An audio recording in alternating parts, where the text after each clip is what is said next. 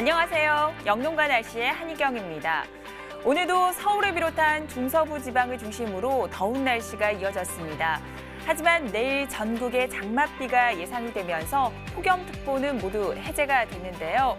제주도를 시작으로 오전에는 남부지방, 오후에는 전국에 비가 확대가 되겠습니다. 다만 지형적인 영향을 받는 강원 영동지방은 새벽부터 비가 시작되겠는데요. 이번 비는 모레까지 이어지겠습니다. 그 사이 예상되는 비의 양을 보면 강원 영동지방의 경우 50에서 150, 많은 곳은 200mm 이상의 폭우가 쏟아지겠습니다. 서울, 경기와 강원 영서, 영남과 제주지방에도 20에서 60, 특히 영남 해안지방에는 최고 100mm 이상의 큰 비가 내리겠는데요. 이번 장맛비는 이 백두대간을 기준으로 해서 동서의 강수차가 매우 크게 나타나겠습니다. 특히 동쪽 지방을 중심으로 천둥, 번개를 동반한 시간당 30mm 이상의 매우 강한 비가 쏟아질 것으로 보여서 비 피해가 없도록 대비를 잘 하셔야겠습니다. 그런 모습입니다. 지금 동풍이 들어오는 동해안과 대기가 불안정한 일부 남부지방 그리고 제주지방에는 약하게 빗방울이 떨어지고 있습니다. 내일 우리나라는 점차 북상하는 이 장마 전선의 영향을 받겠는데요. 따라서 전국이 흐린 가운데 이 제주도 지방을 시작으로 해서 오전에는 남부지방, 오후에는 전국에 장맛비가 내리겠습니다. 또 내일은 바람이 강하게 불면서 영남 해안을 중심으로 강풍특보가 내려지는 곳도 있겠습니다. 아침 기온은 서울이 20도, 부산이 21도 등으로 오늘과는 거의 비슷하게 출발하겠습니다. 한낮의 기온은 서울이 28도, 대전과 전주가 26도, 대구 25도 등으로 오늘보다 기온이 낮아서 크게 덥진 않겠습니다. 자세한 해상 날씨 보시겠습니다. 내일은 남해와 동해상을 중심으로 물결이 점차 높아지겠고 바람도 강하게 불겠습니다. 이 때문에 남해와 동해상에는 풍랑특보가 내려지는 곳이 많겠습니다. 날씨 정보였습니다.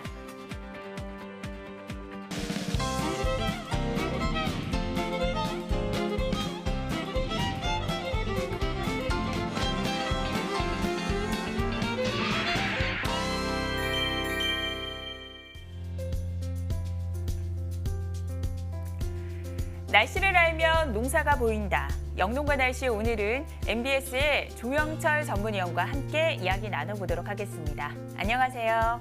안녕하십니까? MBS 한국농업방송 조영철 위원입니다. 네, 최근 폭염특보와 함께 30도를 넘는 무더운 날씨가 계속됐습니다. 제주도에서는 올해 두 번째로 야생 진드기에 감염된 환자가 발생했다고요? 그렇습니다. 지난 5일에 제주 서귀포시에서 텃밭을 관리하시던 분이 야생 진드기에 물려서 중증열성 혈소판 감소 증후군이라고 하는데요. 영어의 첫 문자를 따서 SFTS 증후군이라고 합니다. 하지만 이 병은 치료제가 없기 때문에 상당히 위험한 그런 병입니다. 네, SFTS에 걸리면 어떤 증상이 나타나는지도 궁금하거든요. 네, 대표적인 증상으로는 38도가 넘는 고열, 그리고 이렇게 구역질과 구토나 설사나 식욕부진 같은 이런 증상이 나타나고요. 심하게 되면 혈소판과 백혈구가 감소하기 때문에 사망에 이를 수 있는 그런 병입니다. 그렇군요. 이 치료제가 없다고 하니까 외부에서 작업하시는 농민들께서는 특히 주의가 필요해 보이는데요. 야생 진드기는 어떻게 예방을 할 수 있을까요?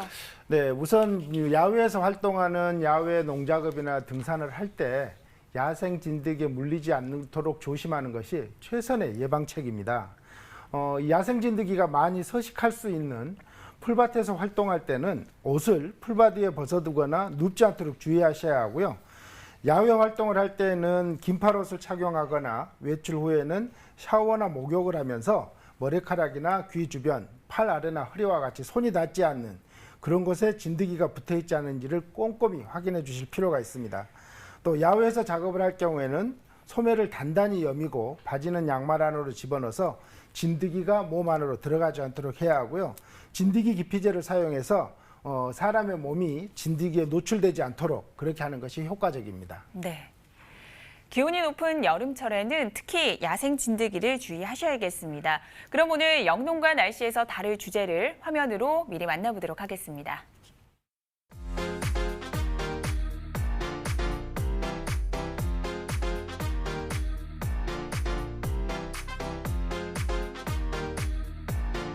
내일은 전국적으로 장맛비가 예상이 되면서 오늘 오후 6시를 기해서 폭염특보는 모두 해제가 됐습니다. 위원님, 이 같은 날씨에 특히 어떤 작물들의 주의가 필요할까요? 네, 여름철에 고온이 되면 모든 작물이 스트레스를 받습니다만은 특히 과수의 경우에는 지금과 같이 온도가 높아지고 기온이 상승하게 되면 식물체의 증산량이 증가하는 피해가 있을 수 있고요. 또 과수의 일소가 발생해서 피해를 입을 수 있기 때문에 주의하셔야 합니다. 그렇군요. 그중에서도 특히 어떤 과수가 주의가 필요합니까? 오늘은 여름에 이제 사과에 대해서 말씀을 드릴 텐데요. 네. 사과의 경우에는 여름 전정이 필요합니다. 여름 전정은 생육기에 잎에 붙어 있는 그러한 신초를 자르거나 솎아주는 작업인데요. 사과 나무의 크기와 모양을 만드는데 이 여름 전정 작업이 영향하기 때문에 요맘때는 전정 준비를 해야 합니다. 네, 그렇다면 사과는 여름철 전정을 어떤 방법으로 하면 좋을까요? 네, 사과의 여름 전정 방법으로는요. 꽃눈 분할을 하기 위한 여름 전정인데요. 신초가 10cm나 20cm 정도 자랐을 때 실시해서 생육 상태에 따라서 적정한 시기를 선택해 주면요. 2차 신장이 줄어들게 되고 꽃눈 분화가 잘 되는 효과가 있습니다. 여름 전정 방법을 후지 품종을 기준으로 하면요. 30cm 전후의 신초는 4장이나 5장의 잎을 남기고 자르는 것이 좋고 30cm보다 긴 그런 신초는 15cm 정도를 남기고 자르는 것이 좋습니다. 네, 이렇게 사과의 여름 전정 방법에 대해서 알아봤고요. 이외에도 여름철 사과 농가에서는 어떤 대비가 필요할까요? 네, 사과 과수원의 경우에는요. 지금 요맘때는 토양 관리하는 것과 수분 관리하는 것이 효과적입니다. 특히 사과나무 수관 아래에 잡초가 많이 있게 되면 잡초와 사과나무가 양분과 수분의 경합을 이렇게 일으킬 수 있기 때문에요. 적기에 제초 작업을 꼭 해주는 것이 필요합니다. 네, 제초가 필요하다고 말씀해 주셨는데요. 제초를 할 때 특히 어떤 점들을 유의해야 합니까? 네, 방금 이제 제초를 하는 것이 중요하다고 말씀드렸는데요.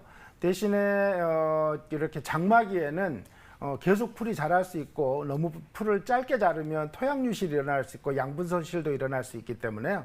이때는 차라리 장마가 지난 다음에 풀을 잘라주는 것이 좋고요.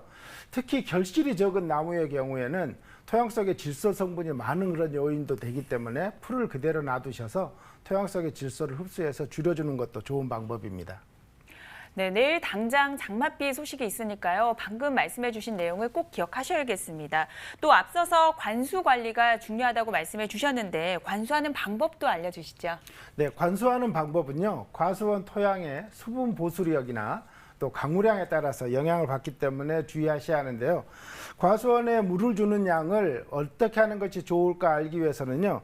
물을 주면서 1시간 간격으로 뿌리가 가장 많은 지점의 토양을 손으로 만져보아서 그 흙이 손에 이렇게 묻어서 뭉치게 되면 그때가 가장 적절한 관수 양입니다. 네, 그렇다면 과수원에 물을 줄 때 특별한 요령이 있다면 몇 가지 알려주시죠. 네, 다른 과수원도 마찬가지인데요. 물을 줄 때 한꺼번에 지속적으로 주는 것보다 1시간이나 2시간 간격으로 끊어서 물을 주는 것이 좋고요. 또 앞서 말씀드린 것처럼 결실이 좋지 않은 나무가 있을 수 있는데요. 이런 나무의 경우에는 물 주는 양을 30% 정도 줄여주는 것이 좋습니다. 또 물 빠짐이 좋은 토양의 경우에는 앞서 말씀드린 것보다 더 자주 물을 나눠서 주는 것이 효과적입니다. 네. 또 여름철이면 날씨가 고온다습하기 때문에 이 병해충 때문에 골머리를 썩는 분들이 많으실 것 같습니다. 특히 사과원에서는 여름철에 어떤 병해충을 주의해야 할까요? 네, 여름철 사과에서 많이 발생하는 병으로는 견무늬 썩은 병과 검은별 무늬병을 예를 들 수 있는데요. 그러면 검은별 무늬병이 내일과 모레 전국적으로 어느 정도 예보되었는지를 지도자료를 보면서 설명해 드리겠습니다. 이 지도자료는 이전에서 보여드린 것처럼 빨간색이 진해질수록 아마 아직까지 방제를 하지 않았다면 병 때문에 피해가 유발될 수 있는 그런 건데요. 내일은 전국적으로 중부지방과 경기 지역을 제외하고는 전국적으로 다 주의와 경보 단계고요. 모레는 이것이 더 심해져서 경기 일부 지역 외에는 전국이 다 주의 단계로 예보되고 있기 때문에 사과 농가에서는 이 점을 유의하여서 이 검은별 무늬병에 대한 그런 주의가 필요한 그런 걸로 보입니다. 네, 내일과 모레 모두 검은별 무늬병에 주의가 필요한 상태입니다. 이 검은별 무늬병 어떤 병해인지 소개 부탁드릴게요. 네, 이 검은별 무늬병은 사과의 전체 부위, 잎이나 줄기 그리고 열매에서 나타나는 그런 병인데요. 잎 앞면에 직경 2 내지 3mm 정도의 녹황색 반점이 나타나는 걸로 시작하다가요. 갈색의 가루가 덮이면서 시간이 경과되면 잎 표면이 부풀어 오르는 현상이 나타나는 그런 증세를 보이고요.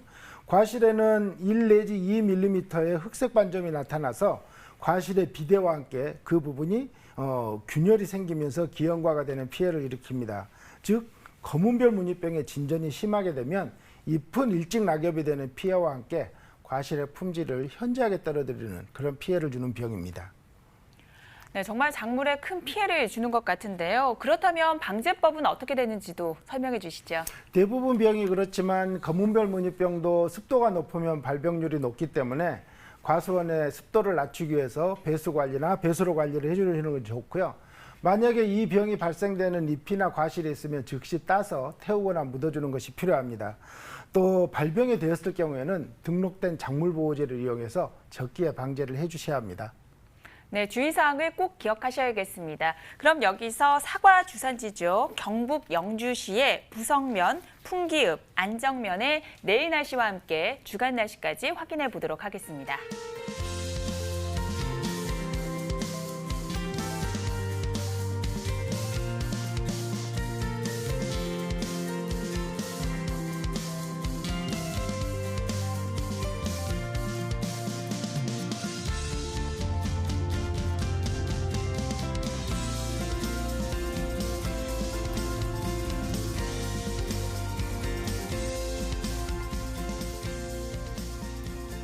네, 현재 시간 8시 43분 지나고 있습니다.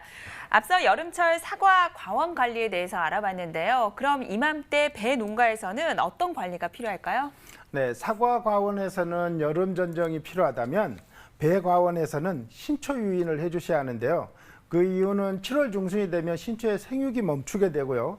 이때 신초의 상태에 따라서 배나무의 수채 관리를 할 수 있는 기준 지표가 되기 때문에 중요한 그런 이유가 있습니다. 네, 그렇다면 신초 생장의 정지 시기에 따라서 이 과실의 상태가 결정되는 건가요? 네, 그렇습니다. 예를 들어서 7월 상순경에 80% 정도의 신초가 생육을 정지하게 되면 그런 배나무는 과실의 크기나 또 대과의 생산 비율 그리고 수량성이 높아지는 효과가 있어서 생산성과 상품성 향상에 그런 효과가 있습니다. 반면에 신초 생육이 이 시기보다 먼저 멈추게 되면 이렇게 과일도 빨리 익고 당도가 높아지긴 하지만 과실이 크기가 작아지는 그런 조숙형이 되게 될 수 있고요.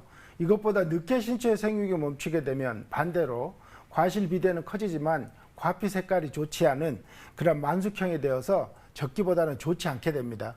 네, 그렇군요. 그렇다면 신초 유인 작업은 어떤 식으로 진행이 되나요? 네, 배나무에 있어서 여름철에 신초 유인은 사실은 좋은 결과지를 확보하기 위한 그런 작업인데요. 장과지를 전정할 때 꽂는 형성을 위한 중요한 작업이기도 합니다. 금년에 만약에 측면에서 발생한 측지가 100 내지 130cm의 가지가 된다면 7월 상중순경에 품종과 수세에 따라서 10 내지 40cm 정도로 잘라서 유인하는 것이 좋고요. 또 꽂는 형성에 이것이 효과적인 그런 작용을 합니다.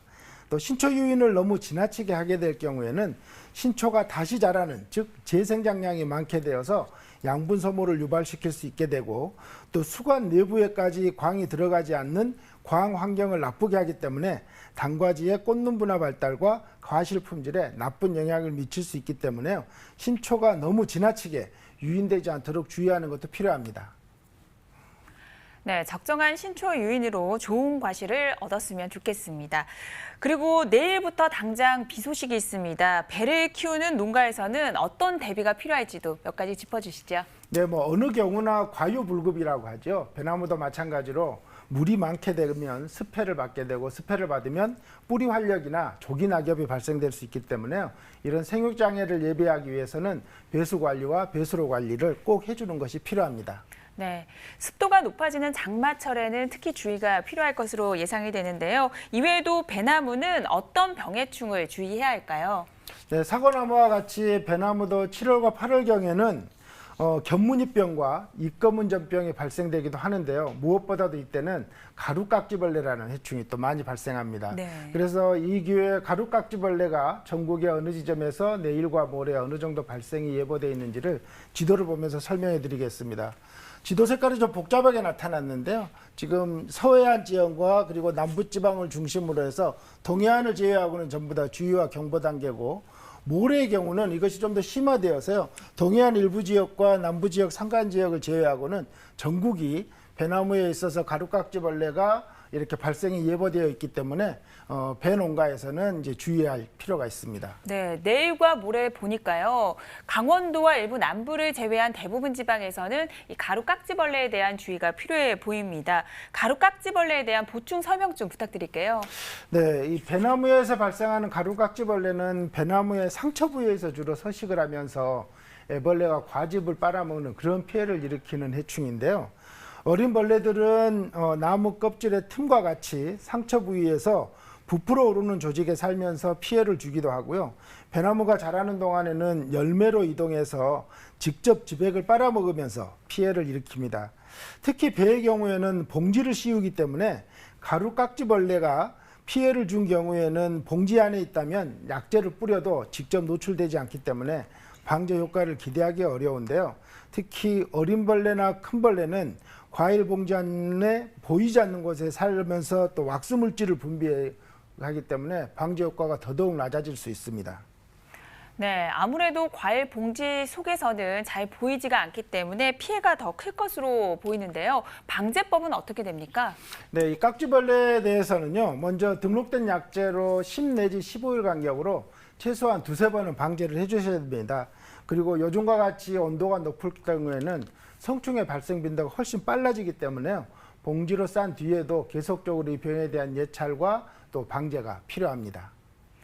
네, 한번 발생하면 쉽게 방제가 어려운 해충인 만큼 주의 깊은 예찰이 꼭 필요할 것 같습니다. 이어서 배 주산지죠. 전라남도 나주의 세지면, 봉황면, 금천면의 내일 날씨와 함께 주간 날씨까지 확인해 보도록 하겠습니다.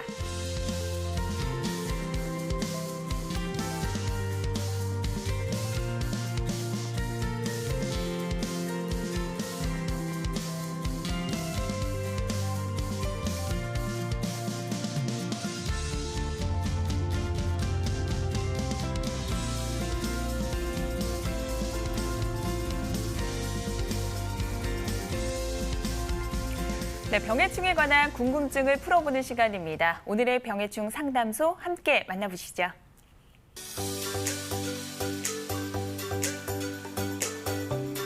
인천시 광화군 길상면의 벼 농가에서 의뢰한 내용입니다. 벼 잎의 가장자리가 노랗게 변했는데요. 논 곳곳에 이러한 증상의 벼들이 있는데 혹시 줄무늬 잎 마름병에 의한 증상인지 알려주세요.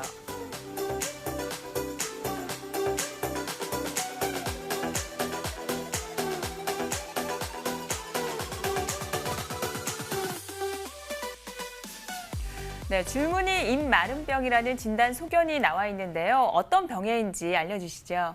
네, 벼에 피해를 주는 특히 벼잎에서 발생하는 이 줄무늬 잎 마름병은요, 애멸구라는 해충이 매개하는 바이러스 때문에 일어나는 병입니다. 벼에 넓은 황색 줄무늬 또는 황화 증상이 나타나게 되고요. 잎이 정상적으로 펴지지 못하고 도장하게 되면서 뒤틀리거나 아래로 처지는 것이 특징입니다. 일단 이 병에 걸리면 분할경도 적어지고 출수가 되지 않고요. 출수를 한다고 해도 기형의 이삭이 만들어지거나 아니면 전혀 이삭을 생산하지 못하게 돼서 불완전 출수가 많아지게 되는 그런 병입니다.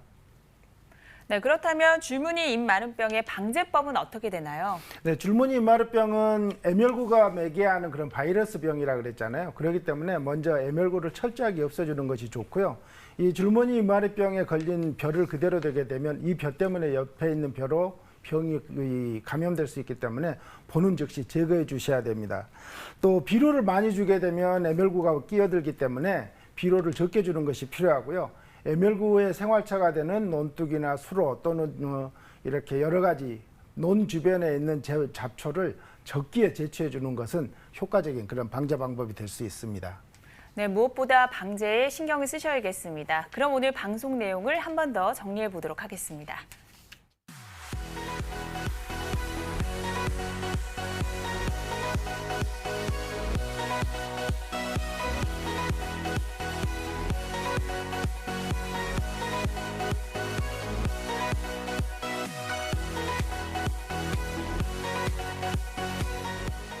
네, 오늘은 여름철 과원관리법에 대해서 알아봤는데요. 도움 말씀 주신 조영채 위원님 감사드립니다. 수고하셨습니다.